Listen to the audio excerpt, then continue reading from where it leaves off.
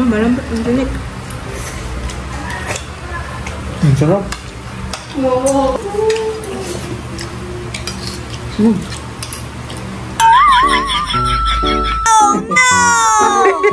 Yun.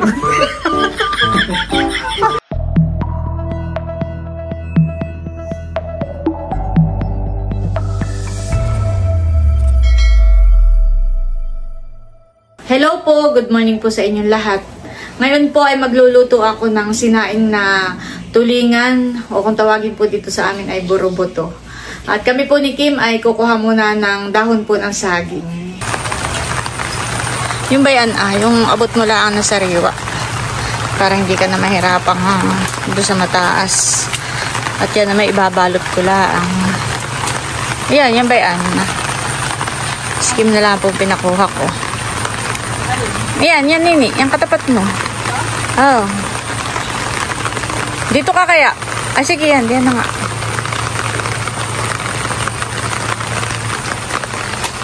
Oh. Okay na. Hugasan ko na lang. Ayan. Tara.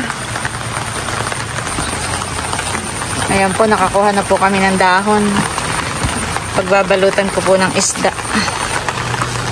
Ayan guys, at bale, ito po yung aking lulutuing isdang tulingan. Ito pong ating mga tulingan ay atin lang tatanggalan po ng buntot. Atin lang pong paikutin itong dulo. Tapos ihilahin po natin. Ito po pala ay nalinis na po ni Bossing. Natanggalan na po niya ng bituka at hasang. Tapos ang gagawin po natin, nagtutulo. Hihiwaan lang po natin. At hihiwaan lang po natin sa gitna. Yan. Pagkatapos, ito po ay ating lang titikpiin. Yan. At pagkatapos po, ay lalagyan po natin ng asin. Yan. Lalagyan lang po natin ng asin. Tigkabila po. Yan. Tapos babalutin po natin sa dahon. Ito na nga po yung dahon na tinuha po ni Kim kanina. Siya tiyata malaki. Bawasan pa natin. Ayan, babalutin lang po natin. Para paglalagay po natin mamaya sa kaserola, hindi po magdikit-dikit. Ayan. Bali, lahat po ng isda natin ay ganun po ang gagawin natin. Atin lang pong puputulan ng buntot, paiikutin, para, yan, hugutin lang po natin. Para matanggal po yung buntot. Hihiwain, yan, didikpiin. Palagyan po ng asin. Yan, lahat nga po ng ating isda ay ganito po yung gagawain po natin hanggang sa matapos.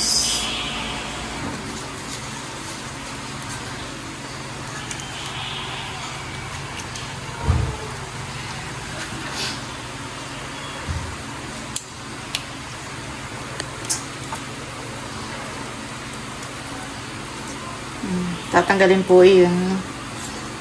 Tapos hihiwaan. Ito po itanggal na ang hasang at saka po ang bituka.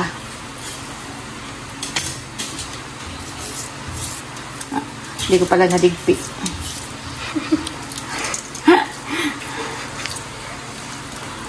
Pipisain natin para malapad ng kaunti.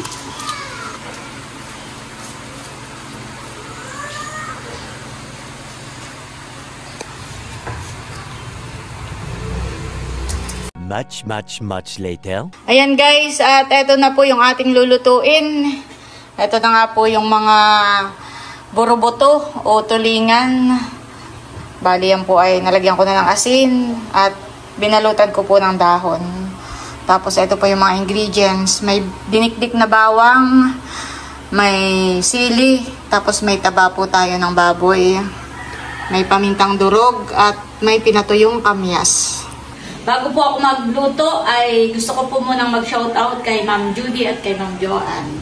dito po sa aking napakagandang kaserola. Yan, ito po ay galing po sa kanila. Dito po ako magluluto ngayon ng ating sinaing na tulingan. Ayan po. Thank you po, Ma'am Judy, Ma'am Joanne, sa kaserola pong bigay nyo sa akin. Lagyan na po natin ang mga tinuyong kamyas, itong ating kaserola. Tapos lalagyan po natin ang taba ng baboy. Ito pong ating mga kamyas ay matagal ko na po yung napatuyo. Naka-stack lang po. Para pag hindi panahon ng tagkamyas at gusto nating magpaasim ay meron po tayong magagamit.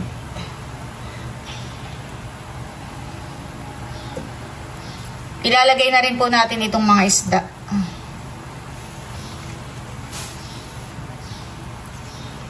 Iaayos lang po natin para po magkasya.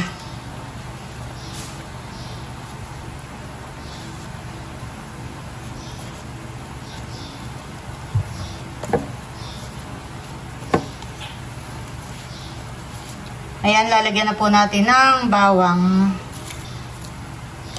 Dinikdik na bawang. Lalagyan po ulit natin ng taba po ng baboy.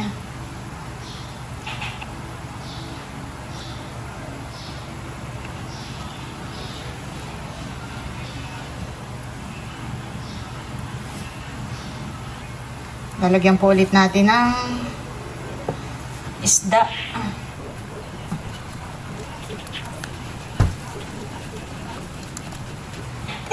Lalagay na po ulit natin itong mga taba po ng baboy. Lagyan nga po pala natin ang paminta. Nakalimutan ko na.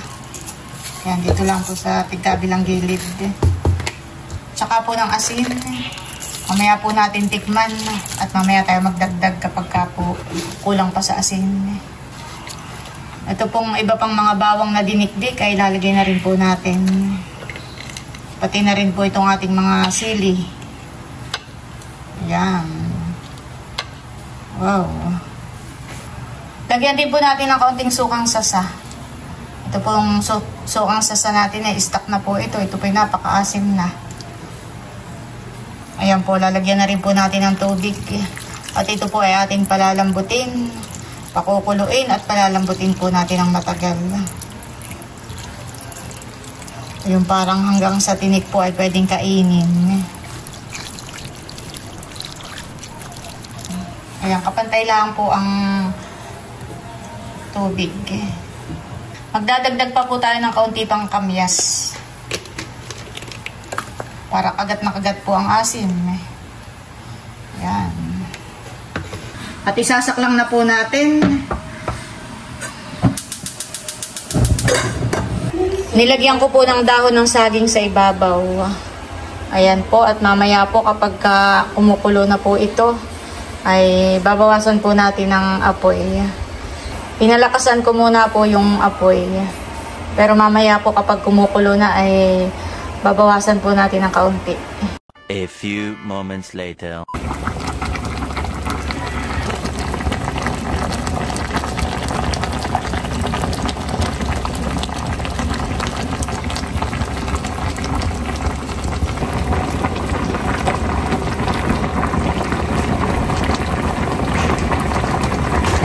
Ayan po, at habang nagpapalambot pa tayo ng ating isda, kami muna po ni Bossing ay pupunta po ngayon sa Binulasan, Kanahaysen.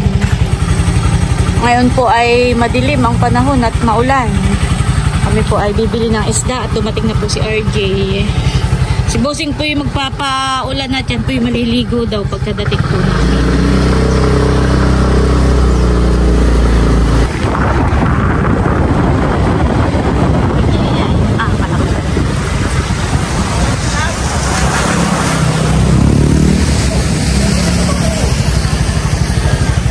Ayan guys, bali na dito na po kami, Kanahaysen. Hello po. Hello Talalay, anong inyong isda?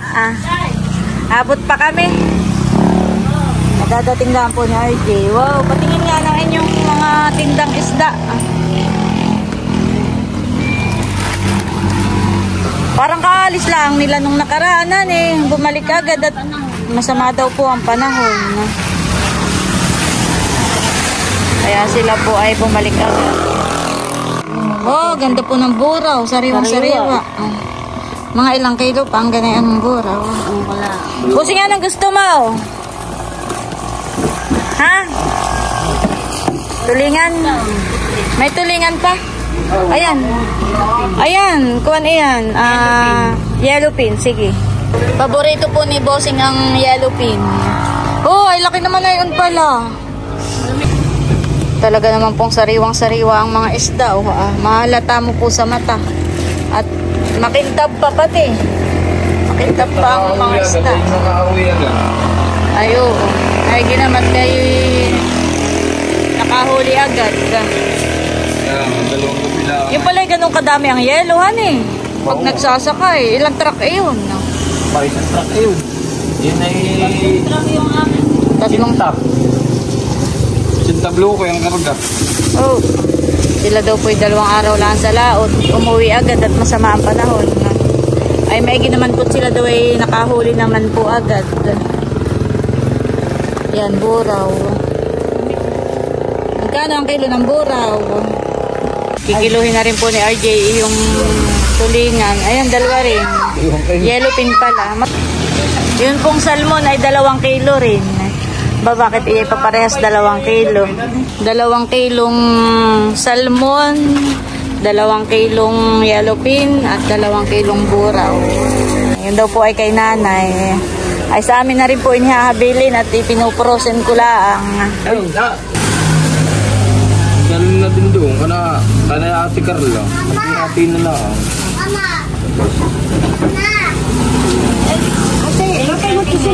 Sige.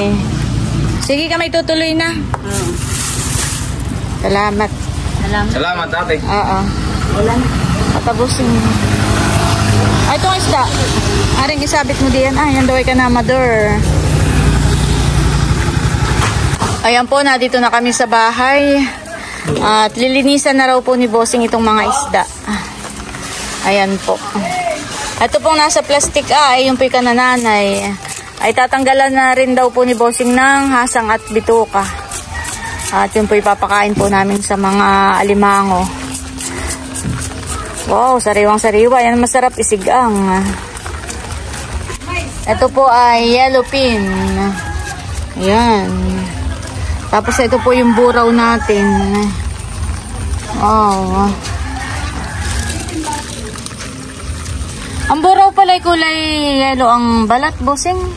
Ang kaliskis.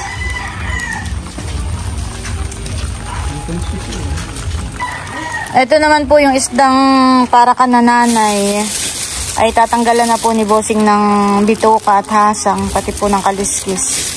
Ito po ilalagay ko lang po sa rep at pag kami po mapapapunta ng Nakar, saka ko lang po dadalahin. Saka nakakuha na yung Bossing. Pamukpok.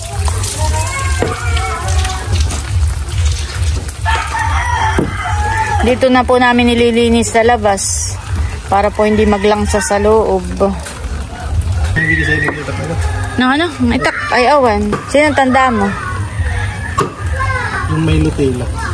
May ano? May Lutela. Ah, galing yan doon. Yan po palang itak na ginagamit ni Bossing ay galing kay Sir... Anong pangalan na yun? Nakalimutan ko. Pero siya ay taga-Real, honey. Na siya ay nasa Canada baga o California? Canada.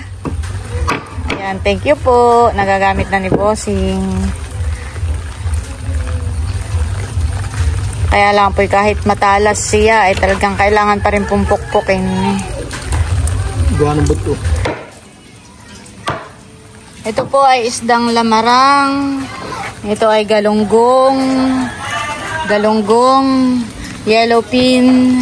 Ito po ay salmon. Ito po yung mga isdang buraw. Kung tawagin po sa ibang lugar ay matambaka. Ayan, ito po ay yellow pin pa rin. Ano ang pinagkaiba ng yellow pin at tulingan? Ay, madilaw. Ah, Walang dilaw ang tulingan. Alin ang madilaw? Paligpit.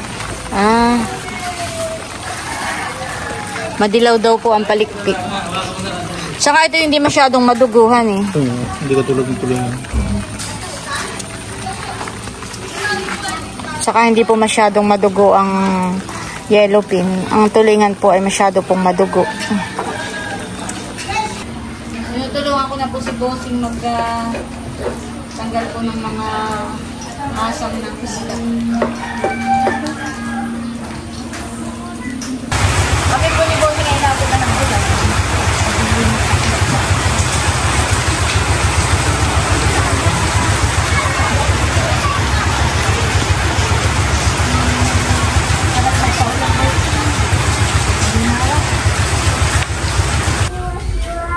Bigyan ko po ng isda si Adjaw. O Adjaw, ang isda ay linis na. Nilinis na namin ang kuya. At wala ka babalik pa lang. 4 na peraso kahit tigi-isa. Yan po bali yung mga isda po nating nilinis ay naisilid ko na po sa ref. At yun po ay mga pang-ulam-ulam po natin. At update po dito sa ating niluluto. Buksan po natin. Wow! Ayan po at luto na itong ating sinaing na tulingan. Wow!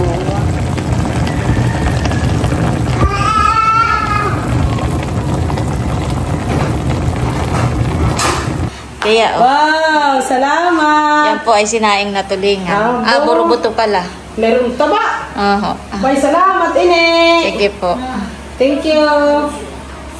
Magtanay ka kami ang pido. Pati ko yung iyo. May sabaw ha, baka mataktak. Salamat po. Sige. Mainit. Kaahon-ahon ko ito.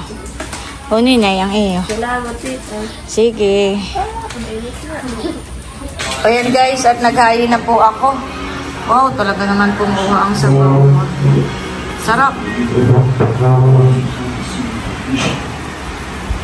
Ayan po, kakain na po sila. Kain na po. Oh, okay. Okay.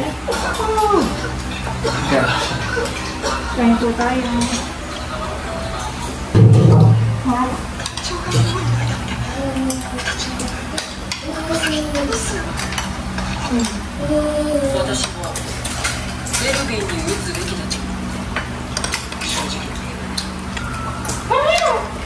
Kain pati tinik malambot. Siya nga, malambot. Meron pa po doon. Meron pa, ang isa. Yung isang peraso na yun. Sa kaibal na yun.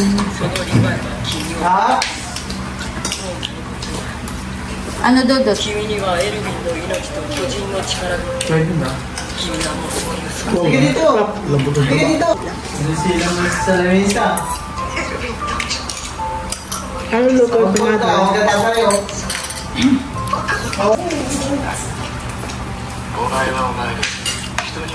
Lambot ng taba. Meron ito. Sarap. Pati kami ang naharap. Ay, yung kamyas. Sarap. Kumaano ka rin? No. Lambot na. Kumaano mo ang kamlas. Natutunan Dalawa lang. sa bibig. Melts in your mouth. Alin? Yung taba. May taba pa dun? Tingnan mo, ano pa yata? Sarap. Asin! Parang Kailangan lang.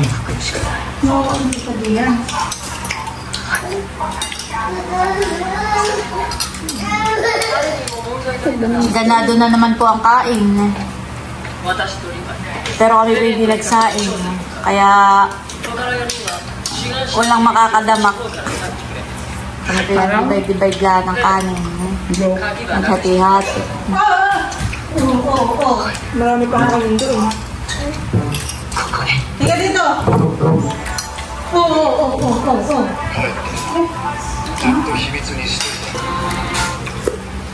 Malambot yung tinik.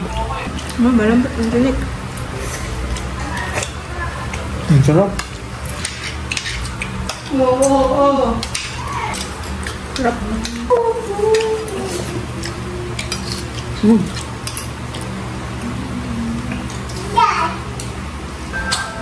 Tapos na po kumain si Drew pero nagpapapak pa rin. Nasarapan po. Sarap. Ayan po si Dodot, makakain na rin. Papapak-papak pa rin. Thank you po ulit kay Ate Gigi sa nagregalo po na kahit kayo ng ganito. Pangarap ko sa gift. Napugod.